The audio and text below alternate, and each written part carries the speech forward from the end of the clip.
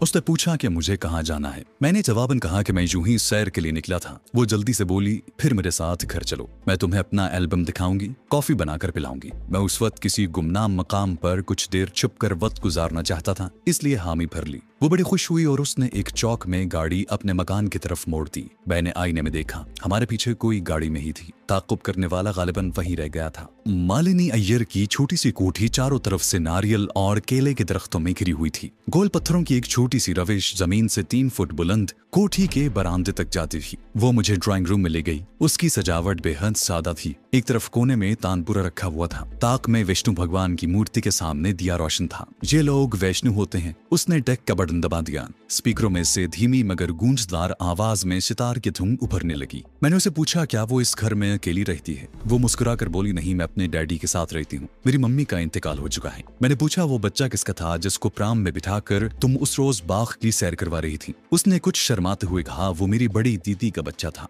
वो रामेश्वर से मुझे मिलने आई थी। 2 रोज हुए वापस चली गई है। ठहरो, मैं तुम्हें डैडी से मिलाती हूँ। वो पर्दा उठाकर दूसरी तरफ चली गई। मैं सर सोफे से टिकाकर इत्मीनान से बैठ गया। फजा में लोबान की महक रची हुई थी। डेक से सितार की आवाज मुंतशिर हो रही थी। मान सामने वाले दरवाजे का पर्दा हटा और मालिनी के साथ एक उधेड़ उम्र का दुबला पतला सांवला सा इंतहाई तेज आंखों और ज़हीन नकोश वाला हिंदू नमूदार हुआ। वो जनूबी हिंद के वैष्णु हिंदुओं वाली सफेद धोती कुर्ते में मलबूस था। मालिनी ने डेक बंद करते हुए अंग्रेजी में मुझसे अपने बाप का तारुफ करवाया और मेरे बारे में अपने बाप को बताया। उसके बाप का नाम कृष्ण अय्यर था। वो मुझसे हाथ मिलाए बगैर मुस्कुराता हुआ मेरे सामने वाले सोफे पर बैठ गया। मालिनी भी उसके साथ ही बैठ गई। उसके बाप ने मालिनी की तरफ देखकर कहा, बेटी, मिस्टर तिवाड़ी के लिए कॉफी बनाओ। मालिनी उठी और दूसरे कमरे में चली गई। अब उसके बाप ने मुझसे बातें शुरू कर दी। वो मुझसे सवाल पर सवाल करने लगा। मेरी जात क्या है, किस तिवाड़ी खानदान का हूँ, मेरी कितनी बहनें हैं, अब तक शादी क्यों नहीं की, माँ बाप कहाँ रहते हैं, वगैरह वगैरह। साफ जाहिर था कि मालिनी अय्यर ने अपने बाप से खुलकर कह दिया था कि वो मुझसे शादी करना चाहती है और उसका बाप मुझसे इस सिलसिले में जरूरी पूछगिछ कर रहा था। शायद इसलिए मालिनी मुझे बार बार अपने घर बुला रही थी। मैंने अय्यर को अपनी नस्ली जात और गोद के बारे में हिंदू जात पात के मुताबिक जवाब दिए, जिससे ये बात वाज़ेह हो गई कि मेरा ताल्लुक पंजाब के एक आला हिंदू घराने से है। मालिनी का बाप बेहद खुश हुआ। मैंने गुफ्तगू का मौजू बदलने के लिए मालिनी के बाप से पूछा कि वो कौन सा बिजनेस करते हैं। अय्यर अपने गंजे सर को खुजाते हुए बोला, मैं बिजनेसमैन नहीं हूँ, पुलिसमैन हूँ। अगर मुझे नाजुक से नाजुक हालात में अपने जज्बात और हवास पर काबू पाने की ट्रेनिंग न मिली होती तो यकीनन मैं चौंक कर उछल पड़ता,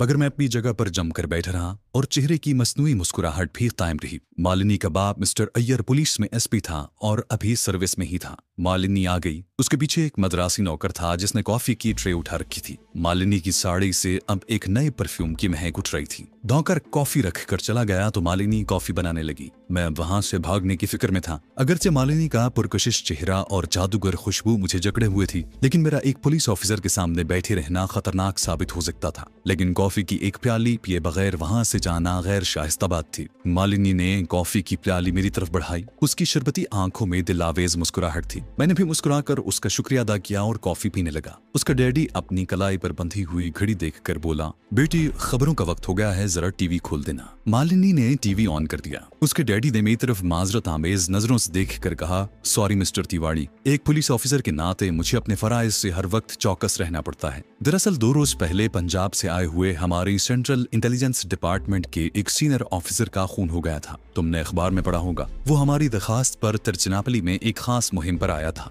मालिनी ने कॉफी के कप में चम्मच हिलाते हुए पूछा, डैडी, उसका कातिल अभी तक गिरफ्तार क्यों नहीं हुआ? आपकी पुलिस की तो दूर दूर तक शोहरत है कि कातिल दूसरे रोज ही पकड़ दिया जाता है। मिस्टर अय्यर की नजरें टीवी पर जमी हुई थीं, जहां साबुन का इश्तिहार दिखाया जा रहा था। वो मुस्कुराकर बोला, बेटी, कातिल कल तक पकड़ा जाएगा। हमें तो ये कोई गैर मुल्की जासूस लगता है जिसको हमारा ऑफिसर गिरफ्तार करके पुलिस स्टेशन ले जा रहा था, मगर रास्ते में ही उसे कत्ल करके फेंक दिया गया। मैं अपनी जगह पर किसी बुत की तरह साकित बैठा हुआ था। आप समझ गए होंगे कि मेरी ये हालत क्यों और किस वजह से थी। अय्यर जिस कातिल की तलाश में था वो उसके सामने सोफे पर बैठा कॉफी पी रहा था। टीवी पर एक तीखी आंखों और मोटे होंठों वाली लड़की तमिल जबान में खबरें पढ़ रही थी। 3 मिनट की खबरें थी। खत्म हुई तो वो सर खुजाकर बोला, टीवी बंद कर दो बेटी, अभी तक मफरूर कातिल का कुछ पता नहीं चला। वो कॉफी की चुस्कियां लेते हुए मुझसे बातें करने लगा। मैं इसे मालूम करना चाहता था कि पुलिस ने मेरी गिरफ्तारी के लिए कहां कहां जाल फैला रखा है और उसका तरीकाकार क्या है। चुनाचे पहले तो मैंने ये कह करके तिरुचिरापल्ली पुलिस की तारीफ की कि साहब, इस पुलिस की तो पंजाब में भी धूम है। फिर पूछा कि पुलिस किन किन मकामात पर कातिल को तलाश कर रही है। मालिनी का बाप एक जिम्मेदार पुलिस ऑफिसर था। उसने मुझे सिर्फ इतना ही बताया कि पुलिस ने कातिल की खोज में सिनेमा वाले शॉपिंग सेंटर के इर्द गिर्द खुसूसी टीम छोड़ रखी है। मैंने जानबूझकर सवाल किया कि पुलिस तो कातिल की शक्ल से ही वाकिफ नहीं है, फिर वो उसे कैसे गिरफ्तार करेगी। अय्यर ज़ेरे लब मुस्कुराया और कॉफी की प्याली मेज पर रख दी। सफेद बेदाग रुमाल से अपने होंठ पूंछे और बोला, हमारी बड़ी गुड लक हुई है कि हमारा ऑफिसर कातिल को सिनेमा की लॉबी में से गिरफ्तार करके बाहर ले जा रहा था तो उसके साथियों ने उसे देख किया था और हमारे ऑफिसर ने खुफिया इशारे में उन्हें पुलिस को खबर करने के लिए भी कहा था। लेकिन बदकिस्मती से मकतूल ऑफिसर के साथी आम शहरी थे।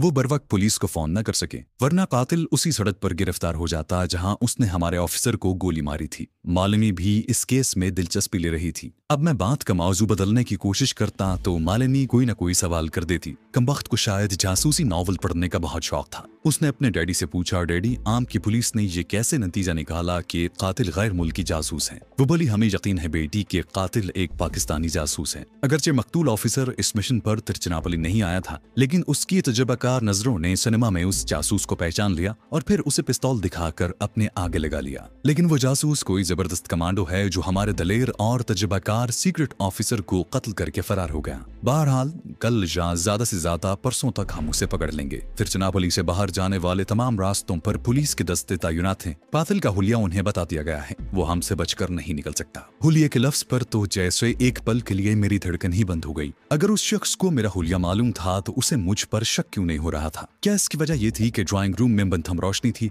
या ये कि मालिनी के पुलिस ऑफिसर बाप की नजर कमजोर थी, या ये कि वो अपने होने वाले दामाद के बारे में कभी तसव्वुर भी नहीं कर सकता था कि वो कोई जासूस भी हो सकता है। बहरहाल अभी तक उसने मुझे पहचाना नहीं था। अब तो मुझे वहाँ एक एक पल पूरे साल का महसूस हो रहा था। मैंने जल्दी से कॉफी के 2 घूंट लिए और प्याली मेज पर रखकर इजाजत चाहने ही वाला था कि फोन की घंटी पर जुटी। मिस्टर अय्यर ने तमिल जबान में फोन पर किसी से बातचीत शुरू कर दी। मुझे सिर्फ एक खतरा था कि अगर वाकई कोई खुफिया पुलिस का आदमी मेरा पीछा कर रहा था तो उसने जरूर महकमे को फोन कर दिया होगा कि कातिल फलां सड़क के बस स्टॉप से किसी लड़की की गाड़ी में बैठकर फरार हो गया है। और अगर उस वक्त महकमे का कोई ऑफिसर यही बात मालिनी के बाप को फोन पर बता रहा है तो वो जब फोन बंद करके मालिनी को यही बताएगा तो उसे फौरन मालूम हो जाएगा कि बस स्टॉप से तो उसने मुझे अपनी गाड़ी में बिठाया था। इंतहाई आसाब शिकन घड़ी थी। मालिनी के बाप ने बात खत्म करके रिसीवर रख दिया। मालिनी ने अपने बाप से अंग्रेजी में कहा, डैडी आप उस प्लॉट को बेच दें। बैंक से मजीद कर्जा लेकर मकान बनाया तो उसकी किस्तें नहीं उतार सकेंगे। मैंने सुकून का गहरा सांस लिया। ये हम सब की खुशकिस्मती थी कि फोन पर मालिनी का बाप किसी से अपने नए प्लॉट पर मकान बनाने के बारे में बात कर रहा था। इसका मतलब था कि कोई शख्स मेरा ताकुब नहीं कर रहा था। ये महज मेरा ख्याल था। मैंने इजाजत चाही तो मालिनी के बाप ने पूछा, बेटा तुम कब वापस जा रहे हो? मैंने कहा, अभी कुछ रोज तिरुचिरापल्ली में ही रुकना पड़ेगा। वो बोला, हमें अपने घर का एड्रेस दे दो, हम तुम्हारे पिताजी को खत लिखना चाहते हैं। बूढ़ा बहुत संजीदा था। मालिनी उठकर डेक के पास चली गई। मैंने मालिनी के बाप का हाथ थामकर पुरएतमाद लहजे में कहा, आप फिक्र न करें, पिताजी आजकल दार्जिलिंग गए हुए हैं। जो ही वो वापस आ गए मैं आपको खुद आकर एड्रेस दे जाऊंगा। वो मुस्कुराता हुआ उठा, मेरे कांधे पर हाथ रखकर बोला, जीते रहो, भगवान तुम्हें सुखी रखे, अब आते रहना यहाँ, ये भी तुम्हारे पिताजी का घर है। मैंने सोचा खुदा बचाए ऐसे पिताजी से जिसने मेरी गिरफ्तारी के लिए शहर भर में पुलिस और खुफिया पुलिस के आदमियों का जाल फैला रखा था। मालिनी मेरे साथ कोठी के गेट तक आई, बोली, मैं तुम्हें होटल तक छोड़ाती हूँ। लेकिन अब मैं ये खतरा मोल लेना नहीं चाहता था क्योंकि पुलिस और सीआईडी के आदमी मालिनी को जरूर जानते होंगे। अगर उन्होंने मुझे उसके साथ देख लिया तो मेरा गिरफ्तार हो जाना यकीनी था। चुनाचे मैंने बहाना बनाया कि मैं पैदल चलना चाहता हूँ। साथ ही उसे ये भी बता दिया कि मैं कुछ दिनों के लिए मद्रास जा रहा हूँ ताकि वो ना तो मेरे होटल आए और ना ही मुझे फोन करे। मैं अब उससे दूर ही रहना चाहता था। मेरे लिए अब कृष्णा होटल में रहना भी शदीद खतरे का बायस था। लेकिन मिशन पाम ऑयल नारोमनी वालों ने मुझे उस होटल का पाबंद कर दिया था। उनकी तरफ से कोई कॉल भी नहीं आई थी कि मैं उन्हें इत्तला करके किसी दूसरे होटल में चला जाता। मैं उसी होटल में कयाम करने पर मजबूर था। मैं मालिनी को नमस्कार कहकर चल दिया। कुछ दूर चलने के बाद मैंने पलट कर देखा। कोठियों की कतार दूर तक सुनसान थी। कोई शख्स मेरा पीछा नहीं कर रहा था।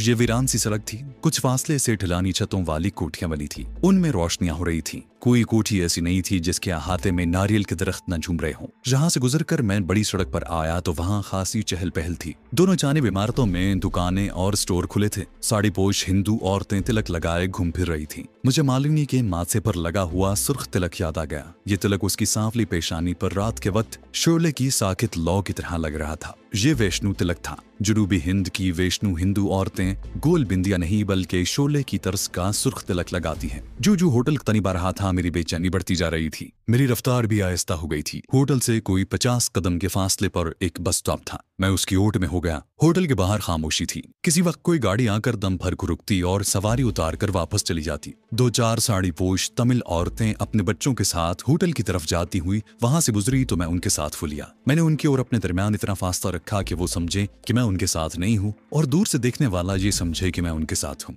ये औरतें तेलुगु जबान में बातें करती होटल में किसी से मिलने जा रही थी। होटल के दरवाजे से गुजर कर सीढ़ियां चढ़ता मैं अपने कमरे में आ गया। मैंने मजीद 2 दिन कमरे में बंद रहने का प्रोग्राम बना लिया था। अगले रोज दोपहर के बाद कमरे की घंटी बजी। मैंने उठकर दरवाजा खोला तो सामने वही धोती पोश सांवला दुबला पतला खुफिया मिशन का आदमी खड़ा मुस्कुरा रहा था। उसके हाथ में एक थैला था, कांधे से छतरी लटक रही थी। उसने नमस्कार कहा और मजीद कोई बात किए बगैर जेब से एक नीला लिफाफा निकाल कर मेरे हवाले किया और खामोशी से वापस चला गया। मैंने दरवाजा बंद करके लिफाफा चाक किया। अंदर से एक जर्द कागज निकला जिस पर अंग्रेजी में चंद हरूफ टाइप किए हुए थे। कर्नल नारुमनी, आज शाम 5 बजे ग्रीन पार्क के गेट पर पहुंच जाना। पाम ऑयल नारुमनी। मैंने खुदा का शुक्र अदा किया कि इस होटल से तो निजात मिलने वाली थी। उस खत से जाहिर था कि मुझे उसी नकाब पोश फौजी के पास अंडरग्राउंड ले जाया जाएगा।